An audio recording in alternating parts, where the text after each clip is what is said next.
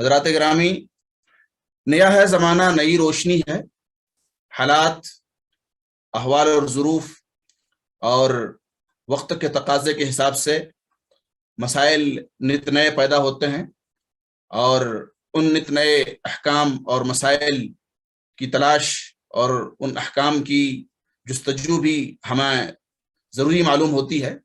اس لیے اب میں آپ حضرات کے سامنے ایک ایسی ہستی کو ان احکام و مسائل اور نت نئے معاصر مسائل پر گفتگو کرنے کے لیے بلانے کی جسارت کر رہا ہوں، جن کی فقاہت بھی مشہور ہے اور ادب بھی معروف، جن کی زبان بھی شہرا آفاق ہے اور جن کا قلم بھی سراپا بے باک، فضیلت الشیخ ڈاکٹر محمد نسیم ابن عبد الجلیل مدنی سلفی حفظہ اللہ سے ہیں۔ وہ تشریف لائیں گے اور معاصر مسائل پر اپنی بے باک گفتگو فرمائیں گے۔ میں آپ کو ان چند مصروں کے ساتھ دعوت مائک دے رہا ہوں اور عرض کر رہا ہوں کہ صداقت ہو تو دل سینے سے کھنچنے لگتے ہیں وائز، حقیقت خود کو منوا لیتی ہے مانی نہیں جاتی۔ مجھے تو کر دیا سیراب ساقی نے میرے، لیکن میری سیرابیوں کی تشنہ سامانی نہیں جاتی۔ جلے جاتے ہیں بڑھ بڑھ کر، مٹے جاتے ہیں گر گر کر، حضور شمع پروانوں کی نادانی نہیں جاتی۔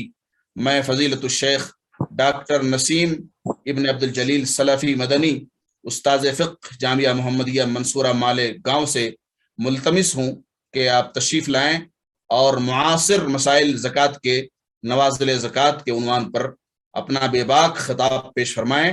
اور میں یہ بات عرض کر دوں کہ اس وقت کی حالات کی سب سے ضروری چیز اور سب سے ضروری ٹاپک ہے۔ میں شیخ سے گزارش کر رہا ہوں کہ آپ تشریف لائیں۔ جزاکم اللہ خیرہ۔ ڈاکٹر نسیم مدنی۔ بسم اللہ الرحمن الرحیم۔ الحمد للہ رب العالمین والعاقبۃ للمتقین والصلاة والسلام علی نبینا محمد وعلی آلہ وصحبہ اجمعین، اما بعد۔ رب اشرح لی صدری ویسر لی امری واحلل عقدۃ من لسانی یفقہوا قولی۔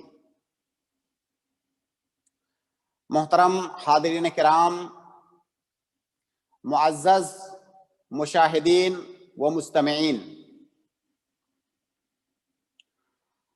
آج کے اس پروگرام میں جو موضوع جس پر گفتگو کرنے کے لیے مجھے حکم دیا گیا ہے وہ ہے زکوٰۃ کے جدید مسائل، جس کو فقہا کی اصطلاح میں نوازل کہا جاتا ہے۔ اگر ہم فنی اعتبار سے دیکھیں تو نوازل کا اطلاق صرف انہی مسائل پر ہوتا ہے جن میں 3 شرطیں پائی جائیں۔ پہلی شرط ہوتی ہے الوقوع، دوسری شرط ہوتی ہے الجدہ، تیسری شرط ہوتی ہے الشدہ۔ اس کا اردو میں آسان سا مفہوم یہ ہے کہ ایسے مسائل جو اس سے پہلے زمانوں میں واقع نہیں ہوئے تھے اور اب وہ واقع ہوئے ہیں اور ہمیں ان مسائل میں شرعی حکم جاننے کی ضرورت ہے۔ تو اگر ہم فنی اعتبار سے دیکھیں تو بہت سارے مسائل ایسے ہیں جن پر نوازل کا اطلاق نہیں ہو سکتا ہے، لیکن وہ مسائل ان مسائل میں شریعت کے احکام کو جاننے کی ضرورت خاص طور سے اس زمانے میں بہت زیادہ بڑھ جاتی ہے۔ اس لیے میری اس گفتگو میں کچھ مسائل تو ایسے آئیں گے جن پر حقیقت میں نوازل کا اطلاق ہوگا، لیکن کچھ مسائل ایسے بھی آئیں گے جو بہت زمانہ پہلے سے پیش آتے رہے ہیں، لیکن فی زمانہ ان کی اہمیت بڑھ جاتی ہے، کیونکہ وہ مسائل اس زمانے میں کثرت کے ساتھ پیش آتے ہیں اور لوگوں کے سوالات اور استفسار بھی ان مسائل کے بارے میں زیادہ ہوتے ہیں۔ تو اس اعتبار سے ہم ان کو معاصر مسائل کہہ سکتے ہیں۔ میں بلا کسی تاخیر کے اپنے اصل موضوع میں آنا چاہتا ہوں، لیکن ابتدا میں چند اصولی اور بنیادی چیزیں ہمیں ذہن نشین کرنا چاہیے 2-3 لائن میں۔ پہلی بات تو یہ ہے کہ زکوٰۃ کے وجوب کے لیے کچھ شرطیں ہیں۔ آگے کے جو مسائل ہیں انہیں سمجھنے کے لیے ان شرطوں کو اپنے ذہن میں رکھنا بہت ضروری ہے۔ زکوٰۃ کے واجب ہونے کے لیے پہلی شرط ہے اسلام یعنی مسلم ہونا، دوسری شرط ہے آزاد ہونا، غلام نہ ہو، تیسری شرط ہے کہ جس پر زکوٰۃ واجب ہو رہی ہے وہ مال کا مکمل طور سے مالک ہو، چوتھی شرط یہ ہے کہ وہ مال نصاب کو پہنچا ہوا ہو۔ ابھی آپ جو خطابات سن رہے تھے ان میں ان مسائل پر گفتگو ہو چکی ہے، تو چوتھی شرط یہ ہے کہ وہ مال نصاب کو پہنچا ہوا ہو۔ پانچویں شرط یہ ہے کہ اس مال پر حولان حول ہو، سال گزرے، حالانکہ بعض مال ایسے ہیں جن میں حول کی شرط نہیں ہے، اس کا ذکر ابھی میں کرتا ہوں۔ تو پانچویں شرط یہ ہے کہ زکوٰۃ والے مال پر حول گزرے یعنی سال گزرے۔ آخری شرط یہ ہے کہ وہ جو مال جس میں ہم زکوٰۃ واجب ہونے کی بات کر رہے ہیں وہ مال ایسے جنس سے ہو جس پر زکوٰۃ واجب ہو، کیونکہ ہر مال پر زکوٰۃ واجب نہیں ہے۔ یہ پہلا اصول۔ دوسرا اصول جس پر خاص طور سے ہماری گفتگو میں جس پر جو ہے بات ہوگی وہ یہ ہے کہ کچھ مال تو ایسے ہیں جن کے عین میں زکوٰۃ واجب ہوتی ہے، لیکن کچھ مال ایسے ہیں جن کے عین میں زکوٰۃ واجب نہیں ہوتی ہے۔ وہ مال جن کے عین میں زکوٰۃ واجب ہوتی ہے ان مال کا میں تجارت شرط نہیں ہے، اور جس مال کے عین میں زکوٰۃ واجب نہیں ہوتی ہے اس میں تجارت شرط ہے۔ اس کو آسان لفظوں میں یوں سمجھیں جیسے سونا چاندی ہے، روپیہ پیسہ ہے، جو کہ سونے چاندی کے قائم مقام ہے، اس کے عین میں زکوٰۃ واجب ہے۔ اب وہ آپ کے پاس چاہے تجارت کے لیے ہو، کسی بھی غرض سے ہو، اس میں زکوٰۃ واجب ہے۔ اسی طرح سے جانور ہیں، بہیمۃ الانعام، اس کے عین میں زکوٰۃ واجب ہے، اس لیے اس میں تجارت شرط نہیں ہے زکوٰۃ کے لیے، آپ اپنے پاس رکھے رہیں تب بھی آپ پر زکوٰۃ واجب ہے۔ اسی طرح سے غلہ ہے، غلہ زمین سے پیدا ہوا، اس پر زکوٰۃ واجب ہے چاہے اس کی آپ تجارت کرو یا نہ کرو۔ تو یہ تین چیزیں ایسی ہیں جن کے عین میں زکوٰۃ واجب ہے، ان کا آنا جانا، تجارت کرنا، بڑھوتری ہونا یہ شرط نہیں ہے۔ آپ کے پاس یہ چیز موجود ہے، آپ پر زکوٰۃ واجب ہوگی۔ ایک چیز ایسی ہے زکوٰۃ کی ایک نوعیت جس میں تجارت شرط ہے، اگر تجارت کے لیے نہ ہو تو اس میں زکوٰۃ واجب نہیں ہے۔ یہ جو تین چیزوں کا ذکر میں نے کیا، اس کے علاوہ دنیا کی کوئی ایسی چیز نہیں ہے جس میں زکوٰۃ واجب ہو، الا یہ کہ آپ اگر اس کی تجارت کر رہے ہیں تو دنیا کی ہر چیز میں زکوٰۃ واجب ہو سکتی ہے۔ کسی بھی چیز کی آپ تجارت کریں تو اس میں زکوٰۃ واجب ہو سکتی ہے، اس میں ہمیں یہ جاننے کی ضرورت ہی نہیں ہے کہ وہ کون سی چیز ہے، اگر آپ اس کی تجارت کر رہے ہیں تو اس میں زکوٰۃ واجب ہوگی۔ تو یہ دوسرا اصول جس کو ذہن میں رکھنا بہت ضروری ہے۔ تیسرا ایک اصول کہ زکوٰۃ واجب ہونے کے لیے مال پر سال گزرنا ضروری ہے، یعنی جیسے آج میرے پاس مال آیا، جب وہ مال ایک سال تک ہمارے پاس رکا رہے گا، اس مقدار میں رکا رہے گا جو کہ نصاب کو پہنچا ہوا ہو، یعنی 20 سال میں کبھی بھی اس کا نصاب کم نہیں ہونا چاہیے، نصاب یا اس سے اوپر ہونا چاہیے۔ اس طریقے پر اگر سال گزرے گا تو سال گزرنے کے بعد ہی زکوٰۃ واجب ہوگی، یہ عام قاعدہ ہے، لیکن اس عام قاعدے کے 3 استثناءات ہیں۔ 3 چیزیں ایسی ہیں جن میں حول شرط نہیں ہے، سال گزرنا۔ پہلی چیز یہ ہے کسی چیز کا اضافہ، کسی چیز کا ایسا اضافہ جو اسی چیز سے ہو۔ جیسے ہم تجارت کرتے ہیں تو تجارت میں جو نفع ہوتا ہے وہ اسی تجارت کے مال سے ہوتا ہے، تو جو نفع ہوتا ہے وہ اصل مال کے تابع ہوتا ہے۔ یا جیسے ہمارے، اور دوسری چیز ہے بہیمۃ الانعام کا جو نتاج، بچے ہوتے ہیں، جو جیسے ہمارے پاس بکریاں ہیں، بکریاں اصل ہیں، اب بکریوں سے جو بچے ہوئے ان بچوں کے بارے میں ہم نہیں کہیں گے کہ ان پر حول گزرنا شرط ہے، بلکہ جب بکریوں پر حول گزرے گا تو وہی بچوں کا بھی حول مانا جائے گا۔ اسی طرح سے تیسری چیز ہے مؤشرات، یعنی زمین سے جو نکلنے والی جن چیزوں پر زکوٰۃ واجب ہے اس پر حول کی شرط نہیں ہے۔ اللہ تعالیٰ کہتا ہے وَآتُوا حَقَّهُ يَوْمَ حَصَادِهِ، جیسے ہی وہ آپ اس کو حاصل کریں گے, زمین سے اس کی کٹائی وغیرہ کر کے آپ تیار کیے, فوراً اس پہ زکوٰۃ واجب ہے. تو یہ 3 طرح کے مال ایسے ہیں جن میں حول شرط نہیں ہے. اب ہم مسائل پر آتے ہیں. چونکہ وقت بہت کم ہے اس لیے بیشتر مسائل میں میں بہت سرسری طور سے صرف حکم بتانے کی کوشش کروں گا, لیکن کوشش میری یہ ہوگی, چونکہ ایک اہم نقطہ ہمارے لیے جان لینا بہت ضروری ہے. دیکھیے, ہماری شریعت کے جو نصوص ہیں وہ بہت محدود ہیں, لیکن جو مسائل ہیں دنیا میں پیش آنے والے مسائل وہ لامحدود ہیں.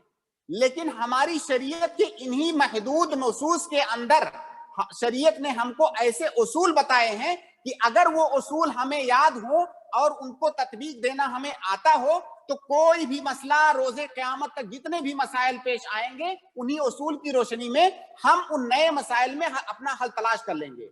لہٰذا میری کوشش ہوگی کہ جن مسائل پر گفتگو ہو ان مسائل کی تأصیل کی جائے, کچھ ایسا اصول دیا جائے کہ بعد میں اس کے جو تفریعات آئیں اس مسئلے کے, اس پر آپ اس کا حکم خود بخود آپ جان سکیں. اب ہم شروع کرتے ہیں. پہلا مسئلہ غلے پر زکوٰۃ سے متعلق ہے. آپ کو معلوم ہے, جیسا کہ ذکر بھی کیا گیا ہوگا اس سے پہلے کے خطابات میں, کہ غلے پر زکوٰۃ, اگر غلہ زمین سے جو چیز پیدا ہو رہی ہے اگر وہ آسمان کے پانی سے پیداوار ہو رہی ہے اس کی, یا نہر کے پانی سے, اس طور سے کہ نہر آپ کے کھیت کے پاس سے گزرا ہے, اس میں کوئی مشقت اور کلفت نہیں ہے آپ کو سینچائی کرنے میں, اگر اس طور سے پیداوار ہو رہی ہے زمین میں تو اس پر عشر ہے. اس پر عشر ہے. عشر کا مطلب 10%. اور اگر سینچائی کرنے میں آپ کو خرچہ کرنا پڑ رہا ہے, مشقت اٹھانی پڑ رہی ہے, مان لیجئے نہر دور ہے یا زمین سے ٹیوب ویل سے آپ پانی نکال رہے ہیں, دور نہر ہے, وہاں سے پانی لانے میں آپ کو مزدور لگانے پڑ رہے ہیں یا خود کام کرنا پڑ رہا ہے, بہرحال اگر اس میں کلفت اور مشقت ہے تو آپ کو 10% نہیں دینا ہے بلکہ نصف العشر دینا ہے, یعنی 5%. اور اگر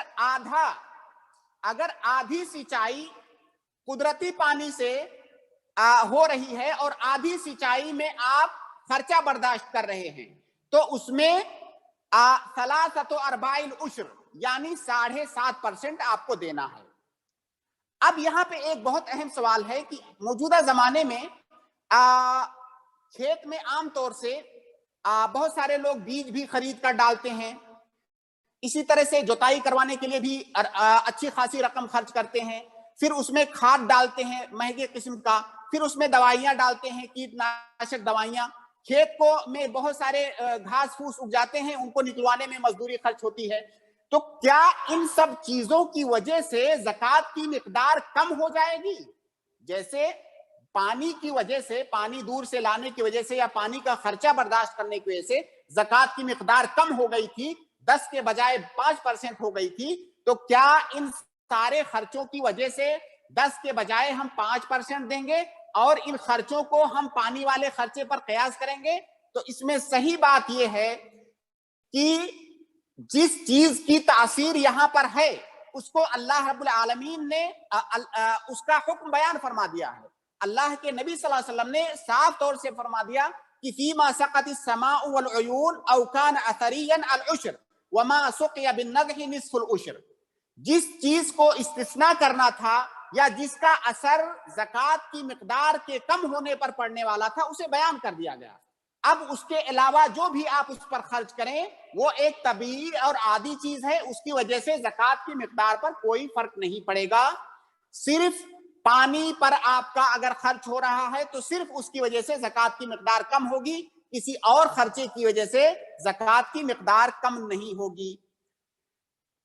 کھیتی ہی سے متعلق ایک جدید مسئلہ جس کے بارے میں عام طور سے لوگ سوال کرتے ہیں, ہندوستان کے بہت سارے علاقوں میں گنے کی کھیتی بکثرت ہوتی ہے, بلکہ بسا اوقات بہت سارے کسان ایسے ہیں جو گیہوں اور دھان وغیرہ کے علاوہ کو چھوڑ کے صرف گنے کی پیداوار کرتے ہیں. تو کیا گنے کی پیداوار پر زکوٰۃ ہے یا نہیں ہے؟ تو دیکھیے, زمین سے قاعدہ یہ ہے کہ زمین سے نکلنے والی چیزوں انہی چیزوں پر زکوٰۃ ہے جو مکیل ہوں اور مدخر ہوں. دو شرطیں ہیں. زمین سے جو بھی پیداوار ہوتی ہے اس پر اسی وقت زکوٰۃ واجب ہوگی جب وہ مکیل ہو، مدخر ہو. مکیل کا مطلب اس کو تولا جاتا ہو، ناپا جاتا ہو. عفواً اردو میں ناپنا بولتے ہیں اس کو ناپا جاتا ہو، تولا نہ جاتا ہو، ناپا جاتا ہو. اور مدخر ہو یعنی اس کی ذخیرہ اندوزی کر کے اس کو لمبی مدت تک رکھا جا سکتا ہو. یہ قاعدہ ہے زمین سے نکلنے والی چیزوں کے بارے میں. اب اسی قاعدے کو آپ ہر جگہ فٹ کیجئے. بسا اوقات آپ کو کسی عالم سے پوچھنے کی ضرورت بھی نہیں پڑے گی. آپ کو یہ قاعدہ معلوم ہے تو آپ کو معلوم ہو جائے گا کہ زمین سے نکلنے والی کون سی چیز پر زکوٰۃ ہے، کس پر نہیں ہے. اب آپ گنے کو دیکھیے، کیا گنے کو ناپا جاتا ہے؟ گنے کو ناپا نہیں جاتا، وہ ناپی جانے والی چیز نہیں ہے. اسی طرح سے گنے کی ذخیرہ اندوزی بھی نہیں کی جاتی ہے، لہٰذا گنے پر زکوٰۃ نہیں ہے. بہت سارے لوگ یہاں ایک اشکال پیش کرتے ہیں کہ چونکہ گنے کا گڑ بنتا ہے، شکر بنتی ہے، تو اس کو لمبی مدت تک رکھ سکتے ہیں، اس لیے اس میں زکوٰۃ جو ہے واجب ہے. تو دیکھیے، زکوٰۃ جب جو چیز زمین سے نکلی اس جنس پر زکوٰۃ واجب ہے. جب اس کی جنس چینج ہو گئی، بدل گئی، تو اس میں زکوٰۃ واجب نہیں ہے. جو جنس زمین سے نکلی ہے اس جنس پر زکوٰۃ واجب ہے. جب آپ نے گڑ بنا دیا وہ جنس بدل گئی، آپ نے شکر بنا دیا جنس بدل گئی، تو اس لیے اس پر زکوٰۃ واجب نہیں ہے. جس وقت وہ زمین سے چیز پیدا ہو رہی ہے اصل اعتبار اس کا ہے، لہٰذا گنے پر زکوٰۃ نہیں ہے. البتہ یہاں پر ایک بات یاد رکھنا ضروری ہے کہ گنے کو ہم بیچتے ہیں، بیچ کر کے رقم حاصل کرتے ہیں. جب بیچ کر کے ہم نے رقم حاصل کیا اور جس دن وہ رقم نصاب کو پہنچ جائے گی اس دن سے ہم سال شمار کرنا شروع کریں گے. اگر وہ رقم ہمارے پاس 1 سال تک نصاب کی شکل میں موجود رہی تو اس پر زکوٰۃ واجب ہوگی، کیونکہ نقدی میں زکوٰۃ ہے جیسا کہ ابھی آپ سن رہے تھے. تو اصل گنے میں زکوٰۃ نہیں ہے، لیکن اس سے حاصل ہونے والی جو رقم ہے اس پر اگر سال گزر جائے نصاب کی شکل میں تو اس میں زکوٰۃ ہے. یہاں پر ایک نقطہ اور جان لینا ضروری ہے کہ جب ہم کہتے ہیں مکیل یعنی جو ناپی جانے والی چیز ہو، اب بہت ساری چیزیں ایسی ہیں جو کسی علاقے میں ناپی جاتی ہیں، کسی علاقے میں تولی جاتی ہیں. جیسے گیہوں ہے، گیہوں بہت سارے علاقوں میں لوگ ناپتے ہیں اس کو، لیکن بہت سارے علاقوں میں جیسے میرے علاقے میں گیہوں کو تولا جاتا ہے. تو ہم نے جب یہ کہا کہ جو مکیل ہے صرف اسی میں زکوٰۃ واجب ہے، تو ہمیں پتہ کیسے چلے گا کہ کون مکیل ہے اور کون موزون ہے، کس کو وزن کیا جاتا ہے اور کس کو ناپا جاتا ہے؟ اس میں قاعدہ یہ ہے کہ جو چیزیں اللہ کے نبی صلی اللہ علیہ وسلم کے زمانے میں ثابت ہیں کہ انہیں وہ چیزیں ناپی جاتی تھیں، ان میں اصل اعتبار ناپ کا ہوگا. جو چیزیں اللہ کے نبی صلی اللہ علیہ وسلم کے زمانے میں تولی جاتی تھی یعنی وزن کی جاتی تھی ان میں اصل اعتبار وزن کا ہوگا. لیکن جن چیزوں کے بارے میں ہمیں کوئی نص نہیں ملتی ہے کہ اللہ کے نبی صلی اللہ علیہ وسلم کے زمانے میں یہ چیز ناپی جاتی تھی یا تولی جاتی تھی، اس میں ہر زمانے کا اور ہر علاقے کا اپنا عرف کا اعتبار ہوگا. اب جیسے گیہوں ہے، گیہوں ہمیں معلوم ہے کہ اللہ کے نبی صلی اللہ علیہ وسلم کے زمانے میں گیہوں ناپا جاتا تھا، اسی لیے گیہوں میں زکوٰۃ واجب ہے. ورنہ اگر ہم اپنے یہاں کے سماج اور معاشرے کا عرف دیکھیں تو بہت ساری جگہوں پر گیہوں کو تولا جاتا ہے اور تولی جانے والی چیز میں زکوٰۃ نہیں ہے. لیکن چونکہ گیہوں یہ اللہ کے نبی صلی اللہ علیہ وسلم سے ثابت ہے کہ یہ مکیل ہے، ناپی جانے والی چیز ہے، لہٰذا اسی کا اعتبار ہوگا. تو اس قاعدے کو یاد رکھنا بھی بہت ضروری ہے. ایک مسئلہ یہاں پر یہ ہے کہ بہت سارے لوگ زکوٰۃ کا مال نکال کر کے، جیسے گیہوں، چاول یا جو بھی زمین سے پیدا ہونے والی چیزیں ہوتی ہیں، روپیہ پیسہ بھی، اس کو زکوٰۃ کا مال نکال کر کے اپنے گھر میں اس کو رکھتے ہیں. اس کے مستحقین تک پہنچانے کے بجائے اس کو گھر میں رکھتے ہیں اور پورے سال اس میں سے تھوڑا تھوڑا کر کے بہت سارے فقراء اور مساکین کو بانٹتے ہیں، یہاں تک کہ بھیک وغیرہ مانگنے والے بھکاری جو آتے ہیں ان کو بھی اسی میں سے دیتے ہیں. تو کیا ایسا کرنا صحیح ہے کہ نہیں؟ صحیح بات یہ ہے، اصل اس میں قاعدہ یہ ہے کہ زکوٰۃ کا مال جب آپ نے نکال دیا تو اس کو فقراء اور مساکین اور اس کے مستحقین پر علی الفور ان تک پہنچانا یہ واجب ہے، الا کہ کوئی عذر ہو، کوئی مصلحت ہو، تبھی ایسی صورت میں تاخیر کی جا سکتی ہے. ورنہ جب آپ نے زکوٰۃ کا مال نکال دیا تو اب وہ دوسرے کا حق ہے اور اس کا حق علی الفور اس کو پہنچانا واجب ہے. لہٰذا جو لوگ ایسا کرتے ہیں کہ زکوٰۃ کے مال کو رکھ کر پورے سال بھکاریوں کو بانٹتے ہیں، یہ درست نہیں ہے، کیونکہ یہ فقراء اور مساکین کا حق ہے، ان کو فی الفور پہنچنا چاہیے. اگر اس کو روک کر کے رکھتے ہیں تو گویا کہ دوسرے کا حق آپ روک کر کے رکھتے ہیں، کیونکہ اب وہ آپ کی ملکیت نہیں ہے. اسی طرح سے ایک مسئلہ اور آتا ہے کہ بہت سارے لوگ رمضان کا انتظار کرتے ہیں زکوٰۃ نکالنے کے لیے. آپ یہاں پر یہ جان لیں کہ رمضان کا زکوٰۃ سے کوئی تعلق نہیں ہے. رمضان کا واجب زکوٰۃ سے کوئی تعلق نہیں ہے. زکوٰۃ اس وقت واجب ہے جب اس کا وقت ہو جائے. جب اس کا وقت ہو جائے، چاہے رمضان میں ہو، رمضان سے 1 مہینہ 2 مہینہ 4 مہینہ پہلے، جب بھی اس کا وقت ہو، اس وقت زکوٰۃ کو نکالنا واجب ہے. اگر مان لیجئے رمضان سے 2 مہینہ پہلے زکوٰۃ نکالنے کا وقت ہو رہا ہے، اس کے باوجود بھی آپ تاخیر کر کے اس کو رمضان تک لے جا رہے ہیں تو یہ جائز نہیں ہے. البتہ اگر کسی کے اوپر زکوٰۃ رمضان کے 1-2 مہینے بعد فرض ہونے والی ہے اور وہ تھوڑا سا پہلے رمضان کا مبارک مہینہ ہے، اس کی وجہ سے وہ پہلے زکوٰۃ نکالنا چاہتا ہے تو وہ نکال سکتا ہے، کیونکہ زکوٰۃ وقت سے پہلے نکالنا یہ ثابت ہے. اس لیے وقت سے پہلے تو نکال سکتا ہے، لیکن اس کو کھینچ کر کے رمضان تک لے جانا یہ جائز نہیں ہے، کیونکہ جب اس کا وقت ہو گیا تو فی الفور اس کا نکالنا یہ ضروری ہے. سونے چاندی کے زکوٰۃ سے متعلق ایک اہم نقطے پر آتے ہیں جو کہ موجودہ زمانے میں بہت زیادہ پیش آتا ہے. سونے چاندی پر زکوٰۃ واجب ہے، آپ نے سنا. زیورات پر بھی زکوٰۃ واجب ہے، آپ نے سنا. لیکن عام طور سے کیا ہوتا ہے کہ زیورات میں یہ زیورات خالص سونے کے نہیں ہوتے ہیں. آپ کو معلوم ہے کہ خالص سونا جو 24 کیرٹ کا سونا ہوتا ہے وہ خالص سونا ہوتا ہے. اس کے علاوہ جو 18-16 کیرٹ کا یا اس سے کم کیرٹ کا سونا ہو تو وہ اصلی نہیں ہوتا ہے مکمل، اس میں کچھ ملاوٹ ہوتی ہے. تو جو زیورات عورتیں پہنتی ہیں اس میں اصلی سونے کے ساتھ کچھ ملاوٹ ہوتی ہے. تو اس کے زکوٰۃ نکالنے کا طریقہ کیا ہوگا؟ آپ نے اس سے پہلے کے خطاب میں سماعت فرمایا کہ جو اصلی سونا ہے خالص مقدار میں، جب تک وہ اصلی سونا خالص مقدار میں نصاب کو نہ پہنچ جائے تب تک آپ کے اوپر زکوٰۃ واجب نہیں ہے. جب وہ نصاب کو پہنچ جائے گا تبھی آپ کے اوپر زکوٰۃ واجب ہے. فرض کیجئے آپ کے پاس 85 گرام کا کوئی زیور ہے لیکن وہ 18 کیرٹ کا ہے. اب ظاہر ہے جب وہ 18 کیرٹ کا ہے تو اگر خالص سونے کو دیکھنے جائیں گے تو 85 گرام سے کم ہو جائے گا، تو گویا کہ آپ کے اوپر زکوٰۃ واجب نہیں ہے. لیکن آپ کے پاس مان لیجئے 200 گرام کا کوئی زیور ہے 18 کیرٹ کا، تو ظاہر ہے وہ 85 گرام سے زیادہ ہوگا. لہٰذا اس میں طریقہ یہ ہے، آپ ایک اصول یاد رکھیں کہ وہ زیورات جس میں دوسرے دھات کی ملاوٹ ہے اس کا نصاب نکالتے ہوئے تو ہم خالص سونے کو دیکھیں گے، اس کے خالص سونے کا وزن دیکھیں گے. لیکن جب اس کی زکوٰۃ نکالیں گے تو ایسا نہیں ہے کہ صرف اسی خالص سونے کی زکوٰۃ نکالیں گے بلکہ کل زیور کی زکوٰۃ نکالیں گے. جیسے مان لیجئے 100 گرام کا زیور ہے، اس میں 85 گرام اصلی سونا ہے، 15 گرام اس میں کوئی دوسرا دھات ملا ہوا ہے. اب ایسا نہیں ہے کہ آپ صرف 85 گرام سونے کی زکوٰۃ نکالیں گے. 85 گرام سونا ہو گیا، ٹھیک ہے، نصاب کو جاننے کے لیے تو اس کا خالص 85 گرام ہونا ضروری ہے. لیکن جب 85 گرام وہ نصاب کو پہنچ گیا تو اس کے اوپر جو 15 گرام ہے اس کی قیمت کی زکوٰۃ بھی نکالیں گے. گویا کی خلاصہ یہ کہ نصاب جانتے وقت تو ہم خالص سونے کو دیکھیں گے لیکن نکالتے وقت ہم اس کی اصل قیمت کو دیکھیں گے، کیونکہ جو زیور بنا ہوا ہے اس کی بناوٹ کا یا اس کے ساتھ جو دھات ملا ہوا ہے اس کی قیمت کا بھی اثر ہے.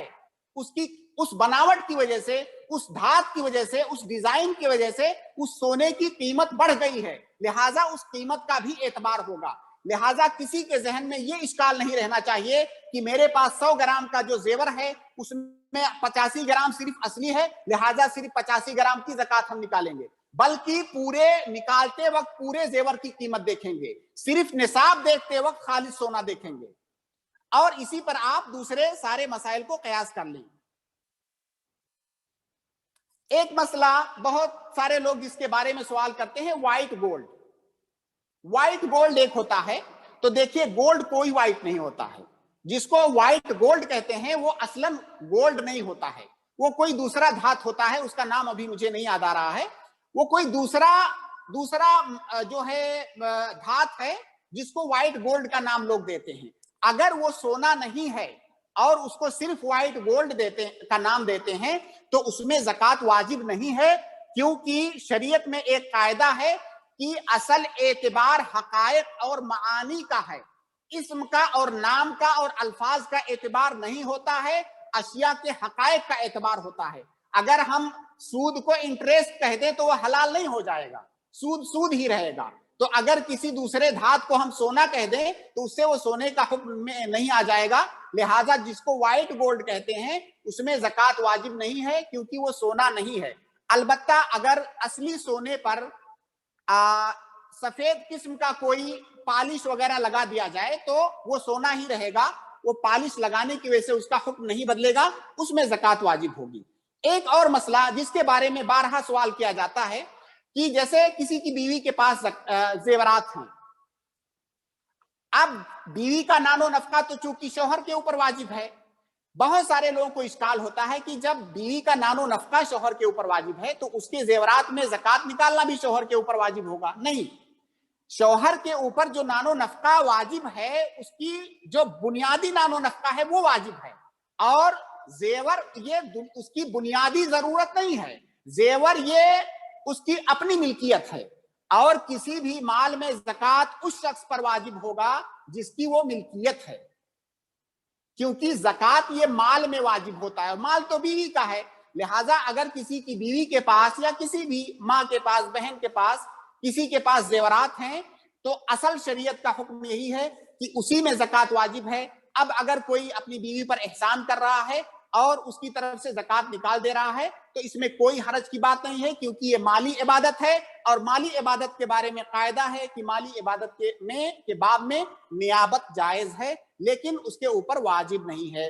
اسی طرح سے ایک مسئلہ اور ہے، کسی انسان کے پاس کئی ساری بیٹیاں ہیں، اگر ان ساری بیٹیوں کے پاس زیورات ہیں تھوڑے تھوڑے کر کے، تو کیا ان سارے زیورات کو اکٹھا کر کے ہم اس کو نصاب بنائیں گے اور اکٹھا کر کے زکوٰۃ نکالیں گے یا نہیں؟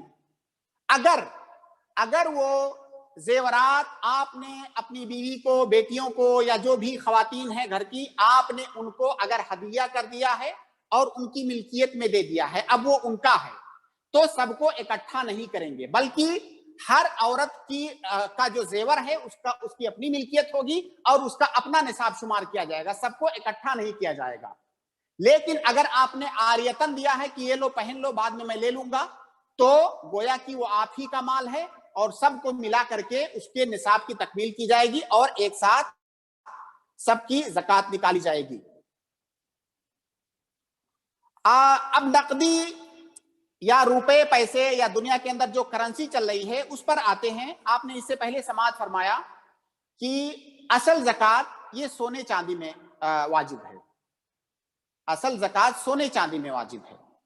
لیکن ہماری شریعت میں نے ایک بہترین اصول ہم کو دیا ہے کہ جو شریعت کے احکام ہیں ان کے اندر علتیں پائی جاتی ہیں. جب ہم ان احکام کے علتوں کو یعنی سبب کو جان لیں گے تو جو دوسرے جدید مسائل آئیں گے اور ان مسائل میں بھی اگر وہی سبب پایا گیا جو اصل حکم کے اندر ہے تو گویا کہ اس کا حکم بھی وہی ہوگا جو جدید مسئلہ ہے. اب سونے اور چاندی کے اندر جو زکوٰۃ ہے، علماء نے ذکر کیا ہے کہ اس کی علت ثمنیت ہے، یعنی وہ قیمت ہے. لوگ اس کے ذریعہ سے چیزوں کا تبادلہ کرتے ہیں، چیزوں کی خرید و فروخت کرتے ہیں اور اس کی حیثیت قیمت ہے. شیخ الاسلام ابن تیمیہ نے کہا ہے کہ سونا چاندی یہ اصل وسیلہ ہے اور وسیلے کی کوئی قیمت نہیں ہوتی ہے. اصل قیمت وہ وسیلہ چونکہ ثمنیت کا وسیلہ ہے اس لیے اس ثمنیت کی قیمت ہے، ورنہ اصل سونے چاندی کی کیا قیمت ہے. لہٰذا اصل علت سونے چاندی کی زکوٰۃ میں ثمنیت ہے. اب یہ ثمنیت یا قیمت ہونا جس چیز کے اندر بھی پایا جائے گا گویا وہ سونے اور چاندی کے قائم مقام ہوگا. اب یہ جو روپیہ کرنسی ہم استعمال کرتے ہیں، چاہے وہ کاغذ کی شکل میں ہو یا دھات کی شکل میں، وہ قیمت ہے, اس زمانے کی وہی قیمت ہے, لہذا وہ بھی سونے اور چاندی کے قائم مقام ہوگا, اور اس کی زکوٰۃ نکالنے کے لیے ہم اس کی تقییم کریں گے اور اس کا مقارنہ کریں گے. بعض علماء نے سونا کہا ہے, بعض نے چاندی. اس سے پہلے آپ نے خطاب میں سماعت فرمایا, بہتر یہ ہے کہ اس کو چاندی سے, راجح قول کے مطابق اس کی تقییم چاندی سے کی جائے. اگر آپ کے پاس اتنا روپیہ ہے جو 595 گرام چاندی کے برابر ہے تو گویا کہ وہ نصاب کو پہنچا ہوا ہے. اب اگر ایک سال تک وہ نصاب کے سے کم نہ ہونے پائے تو اس میں زکوٰۃ واجب ہے. اور ایسا علماء نے اس لیے کہا ہے کیونکہ کہتے ہیں یہ احد للفقراء ہے, زکوٰۃ کے اندر فقیروں کا اصل حق تو وہ فقیروں کا ہے. تو جب ہم چاندی سے اس کی تقییم کریں گے تو اس میں جلدی زکوٰۃ واجب ہو جائے گی, اور یہ فقیروں کے حق میں بہتر ہے, لہٰذا اس کو چاندی سے ہی اس کی تقییم ہوگی. ایک مسئلہ یہاں پر ہے کہ جو بینکوں میں ہم پیسہ رکھتے ہیں, بینک میں جو پیسہ ہم رکھتے ہیں جس کو کہ کرنٹ اکاؤنٹ یا مختلف قسم کے اکاؤنٹ ہوتے ہیں, اس پیسے کے اندر ہم زکوٰۃ کیسے نکالیں گے؟ تو دیکھیے, سب سے پہلے اس کی آپ فقہی تکیف کیجئے کہ جو بینک کے اندر آپ پیسہ رکھتے ہیں اس کی حیثیت کیا ہے.